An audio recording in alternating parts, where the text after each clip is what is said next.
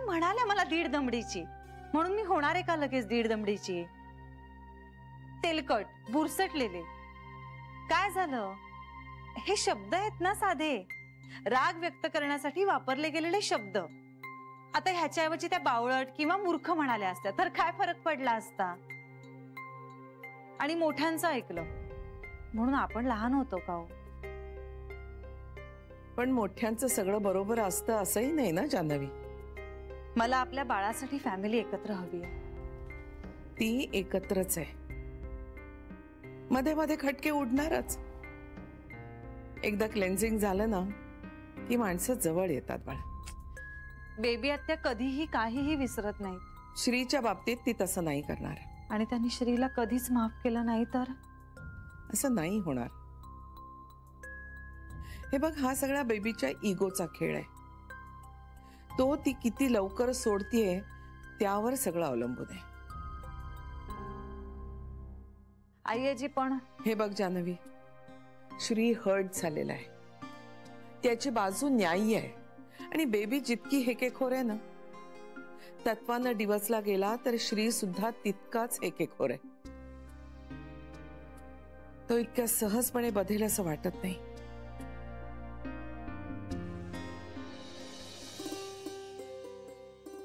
सरे, मी चालले त्याच्याशी बोलायला. कुणाशी? कुणाशी काय? श्रीशी?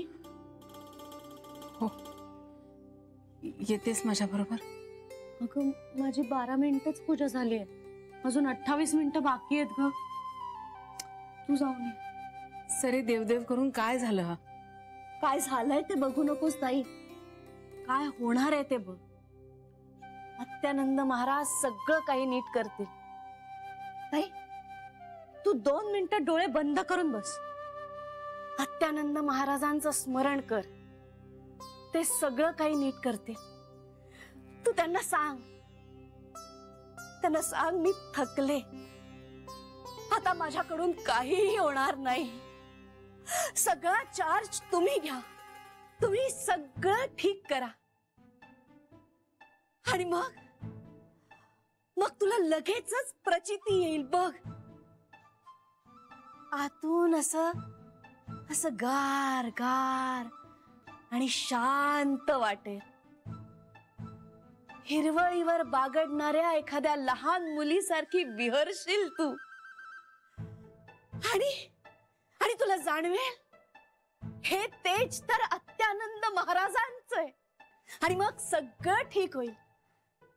आपण काहीही केलं नाही तरी ते सगळं ठीक करतील. बघ तू. ताई, अत्यानंद महाराज, माझ्या ताईला माफ करा. ती पामर आहे हो. काय करते तिचं तिलाच कळत नाहीये. तुमच्या वाणीचा अव्हेर करून गेली ती. जाऊ दे, आध्यात्मिक साधनेत तिला अजून खूप पुढे जायचंय. पण सगळं ठीक होईल. तुम्ही काही काळजी करू नका. सरू, तू काळजी करू नको. सगळं ठीक होईल. अत्यानंद महाराज सगळं ठीक करतील. अत्यानंद महाराज, तुमचा जय जयकार असो. तुमच्या अमृतवाणीचा जय जयकार असो. अत्यानंद महाराज, आमचे अत्यानंद महाराज, थोर तुमचे उपकार स्वामी अत्यानंद महाराज.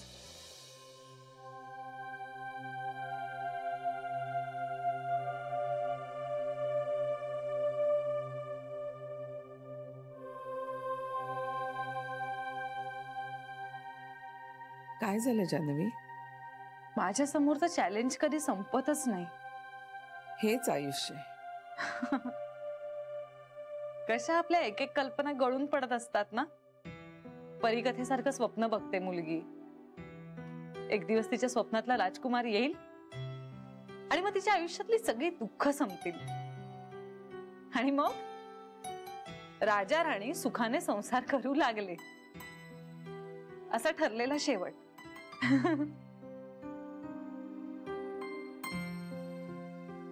पण खऱ्या आयुष्यात असं काहीच होत नाही ना. सतत नवे नवे प्रश्न उद्भवत राहतात. रोज नवी संकट. येतातच. म्हटलं ना, हेच आयुष्य असतं. मी स्वप्नातही पाहिला नव्हता असा राजकुमार मिळाला मला, पण विचारही केला नव्हता असे प्रश्नही उद्भवले. नाहीयेत माझ्याकडे या प्रश्नांची उत्तरं आईची. प्रश्नांची रेडीमेड उत्तरं कधीही कुणाकडेही नसतात जान्हवी. ती प्रत्येकाला आपली आपली शोधावी लागतात. आणि प्रश्न सारखे असले तरी उत्तरं सारखी नसतात, त्यामुळे कॉपीही करता येत नाही. बाबांचं तिकडे ते तसं चालू आहे आणि इकडे हे असं. कसोटीचा क्षण आहे, कसोटीची वेळ आहे जान्हवी. माझ्याच्यानं नाही होणार आईची.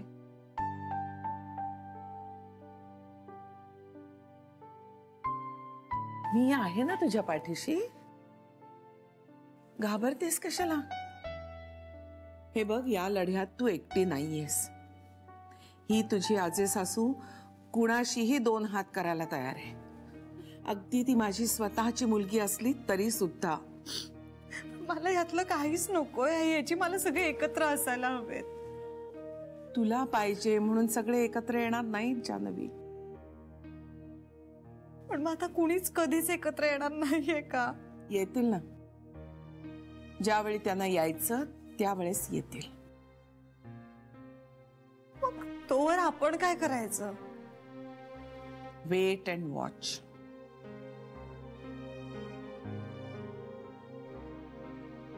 जान्हवी,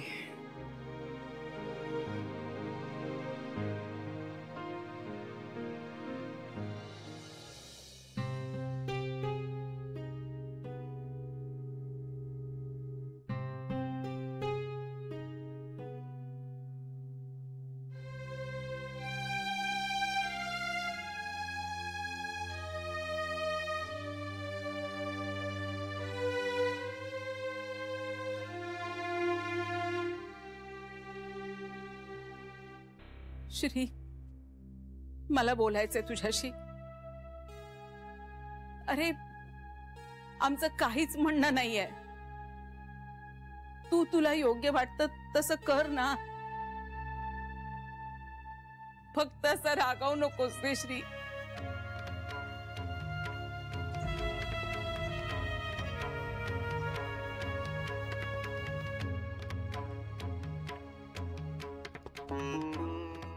बोल ना रे श्री, तुझ्याशी बोलते मी. आता म्हंटल ना मी, तुला वाटेल तसं कर म्हणून. श्री, रागावू नकोस ना रे. हे बघ, मी तुझ्या आजीसारखी किंवा बाबांसारखी हुशार नाहीये. नाही कळत मला कधी कधी काय बोलायचं ते. मला मेलीला जे सुचलं ते बोलले मी. पण आम्हाला तसं काही म्हणायचं नव्हतं रे. खरंच असं काही म्हणायचं नव्हतं. तू श्री, बोल ना रे. तू असं गुम्यासारखं बसलास काय समजू मी, सांग. खरंच आमचं काही म्हणणं नाहीये. तुला योग्य वाटेल तसं वाग ना.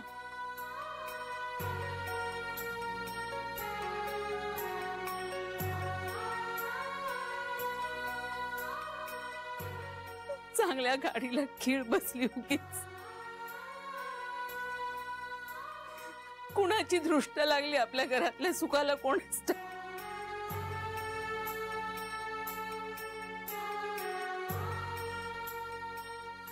श्री, श्री, श्री,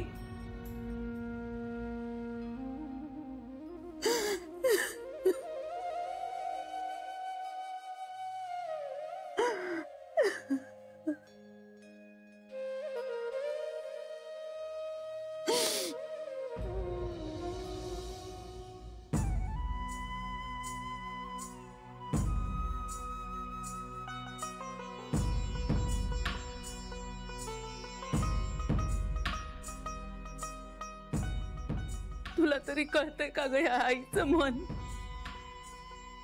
आई, मला आता नाही कळणार तर कधी कळणार? पाहिलंस कशी डोक्यात राग घालून घेतली. तो आणि त्याचे बाबा एकदा रागावले की काही बघणार नाहीत. समोर आई आहे का बायको आहे काही नाही. नका काळजी करू आई, सगळं नीट होईल.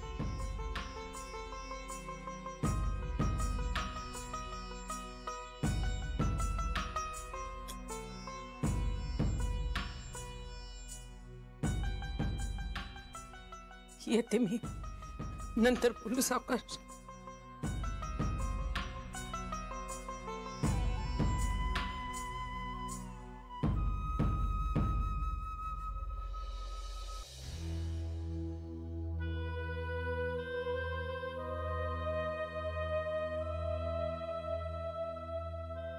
जान्हवी, तू तुझ्या प्रेग्नन्सी बद्दल घरात कोणालाही सांगणार नाहीयेस. श्री, माझी शपथ आहे तुला.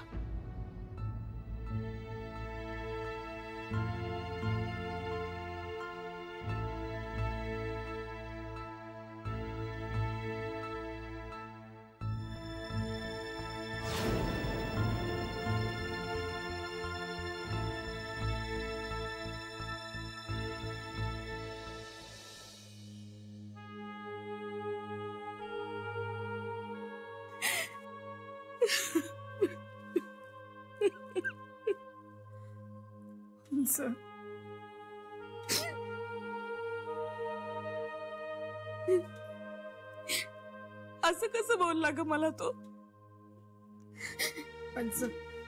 पंच जाऊ दे ना, तुम्ही रडू नका ना. एवढाच होता ग. त्याला जेव्हा पहिल्यांदा हातात घेतलं तेव्हा खूप खूप डेलिकेट होता. असा रताळासारखा लाल होता तो. तेव्हा ना पहिल्यांदा मला असं वाटलं की मी पूर्ण झाले. असं ना टुकुर टुकुर डोळ्यांनी माझ्याकडे बघत होता तो. मी त्याला असं हातात घेतलं आणि म्हटलं, ए लबाडा, असं बघू नकोस माझ्याकडे. मी आत्या नाहीये, अजून एक आईच आहे तुझी. तर असं ना असं छोटस हसू आलं होतं त्याच्या गालावर. पण त्याच्या डोळ्यात काहीतरी वेगळेच भाव होते. म्हणजे समंजसपणा होता की आणखीन काही ते नाही कळलं मला. पण त्याच्या डोळ्यात दिसत होतं मला की त्याने मला आई म्हणून स्वीकारलंय. आणि तोच या सगळ्यांसमोर मला बोलला. माझ्या मनाचा एवढाही विचार केला नाही का त्याने? अरे ती तर आत्ता आलीये ना. मी त्याच्या जन्माच्या वेळेपासून त्याच्या बरोबर, तरी त्याचा विचार नाही केला ना त्याने. आता असं वाटतं ना, तो लहान होता ना तेच बरं होतं. शाळेत नाही यायचा तेव्हा कसं घट्ट मिठी मारायचा ना आपल्याला. आणि तुला आठवतं इंदुबहिणी, तो ना 1.5 वर्षाचा होता तेव्हा आपण त्याला प्लेट मध्ये काही दिलं ना की तो प्लेट उपडी करून टाकायचा आणि जमिनीवर पडलेलं खायचा.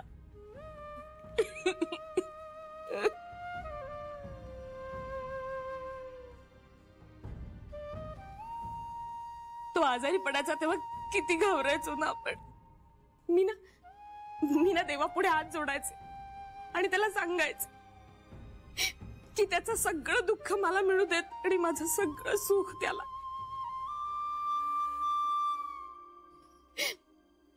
देवाने ऐकलं इंदुबाईंनी माझं. पण त्याचं दुःख हे त्यांनी दिलेलं असेल हे माहित नव्हतं मला. त्रास होतो ग इंदुबाईंनी, खूप त्रास होतो. आपण ज्याला लहानपणापासून अंग खांद्यावर खेळवलंय त्याने आपल्याशी असं वागायचं, तोच आपल्यासमोर भांडायला उभा राहील.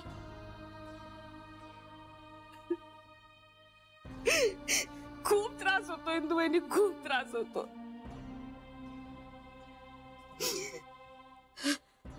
देवमुळे सुद्धा जेवढा त्रास झाला नसेल ना मला, तेवढा त्रास मला श्रीने बोललेला आठवून होतोय.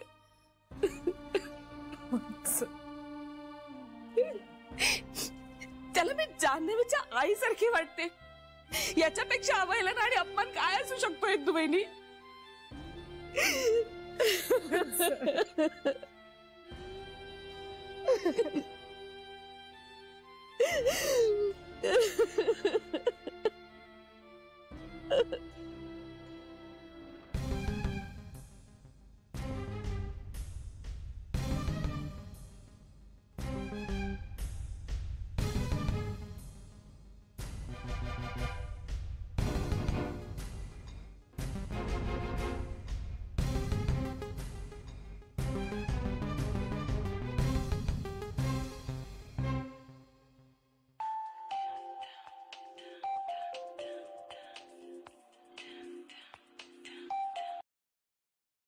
Hello hello.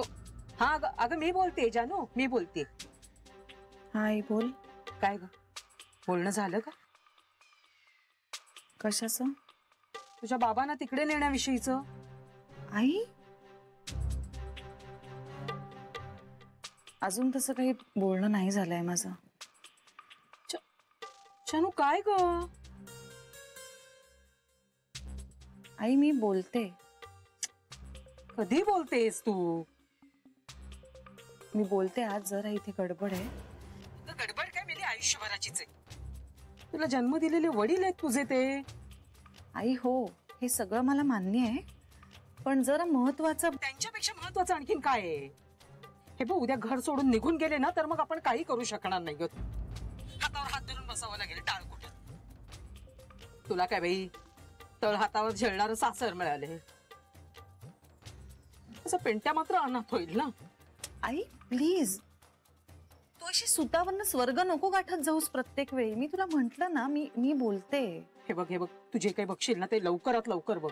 आणि काय माहितीये का जान, अगं जरा तुझ्याकडे नेलंच ना की हवा पालटही होईल ना, बरं वाटेल त्यांना. आणि हे बघ लेकीचं सुख बघून समाधानही वाटेल. बरोबर की नाही? आई मी तुझ्याशी नंतर बोलते. हा चल. आज उद्याकडेच काय ते बघ. बरं होईल ग त्यांना नेलंच तर. आई मला बाबांशी सुद्धा बोलावं लागेल आधी. आधी तू तुझं सांग. ते काय एका पायावर तयार होतील. पण तुलाच बाबांना काही न्यायचंय असं दिसत नाही. एवढं काय ते सोनं लागतंय का ग तुझ्या घराला? आई मी तुझ्याशी नंतर बोलते. बाय.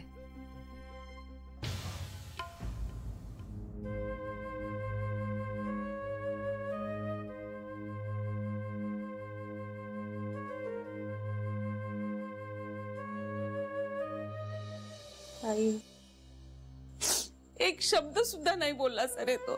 अगं मग तू बोलायचंस ना ताई. अगं मी एकटीच बोलत होते सगळा वेळ. तरीही नाही बोलला. मान वर करून बघितलं सुद्धा नाही त्यांनी माझ्याकडे. अगं एवढं काय केलंय आपण पण. तेच ना, मी तर त्याला म्हंटल सुद्धा की तुला हवं ते कर, पण तरी काही बोलला नाही. उठला आणि निघून गेला फक्त. हे काहीतरी भलतच झालंय ग. इतके दिवस आपण म्हणायचो ना या घरात संसार टिकत नाहीत म्हणून. आता तर मेली नाती टिकेनाची झालीच रे.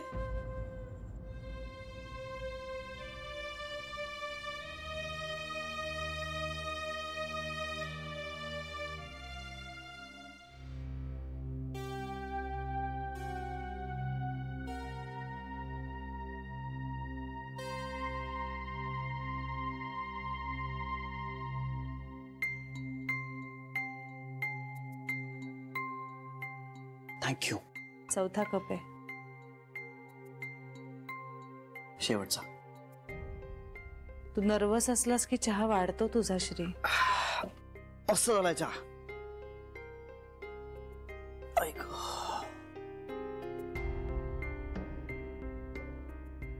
श्री काय झालंय? काही झालेलं नाहीये. ठीक आहे मी. हेच माझ्या डोळ्यात बघ आणि सांग. जान्हवी जाऊ दे ना.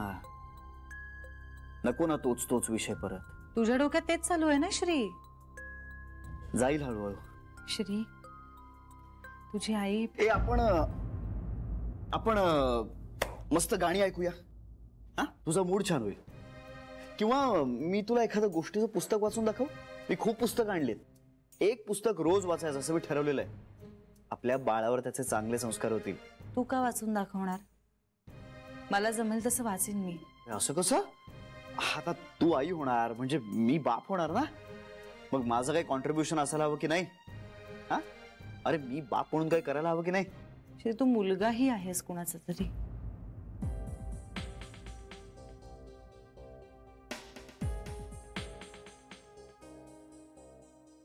मला आता त्याचा विचार नाही करायचा आहे. विचार न करून मनातून जाणार आहेत का या गोष्टी श्री? त्रास तरी कमी होईल ना. श्री, अरे आपल्या माणसांचा कसं? जान्हवी, तू ह्याच्यात नको पडूस ना. आपलं ठरलंय की नाही? आपलं सॉरी, माझं. तू तुझा वेगळा निर्णय घेऊ शकतेस. श्री, नेहमीच सगळं वेगळं करायची गरज आहे? विचार वेगळे असतील ना तर सगळं वेगळं केलेलंच बरं. विचार वेगळे असतात, माणसं तर आपली असतात ना. नुसतं माणसं आपली आहेत असं म्हणून ती माणसं आपली नाही होत जान्हवी. आपल्या माणसांच्या आयुष्यात आपलं स्थान आपल्याला माहित असायला हवं. किंवा ते स्थान आहे की नाही हे तरी माहिती असायला हवं ना. जे मला कळलंय, and that really hurts.